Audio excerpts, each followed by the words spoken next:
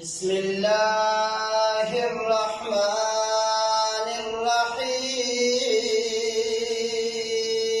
الرحيم اللهم صل على سيدنا ومولانا محمد صاحب التاج والمعراج والبراق والعلم دافع البلاء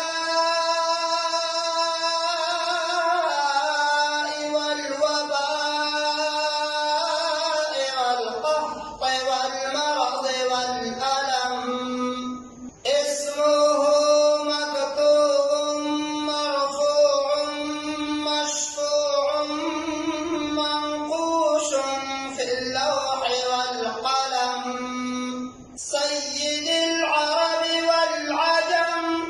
جسمه مقدس معطر مطهر منور في البيت والحرم شمس الضحى بدر الدجى صدر العلا نور الهدى كهف الورى مصباح الظلم جميل الشيم شفيع الأمم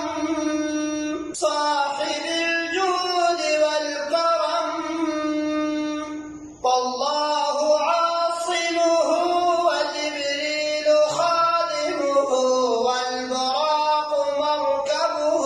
والمعراج سفره وسدرة المنتهى مقامه وقاب قوسين مطلوبه والمطلوب مقصوده والمقصود موجوده سيد المرسلين خاتم النبيين شفيع المذنبين أنيس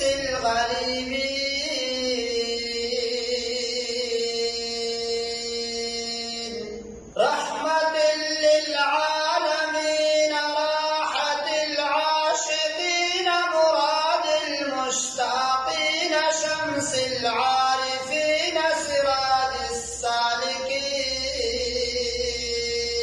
السالكين مصباح المقربين محب الفقراء والغرباء والمساكين سيد الثقلين نبي الحرمين إمام القبلتين وسيلتنا في الدارين صاحب قاب قوسين محبوب رب المشرقين ورب المغربين جد الحسن والحسين مولانا ومولى الثقلين أبي القاسم محمد بن عبد الله نور من نور الله يا أيها المشتاقون بنور جماله صلوا عليه وآله وأصحابه وسلموا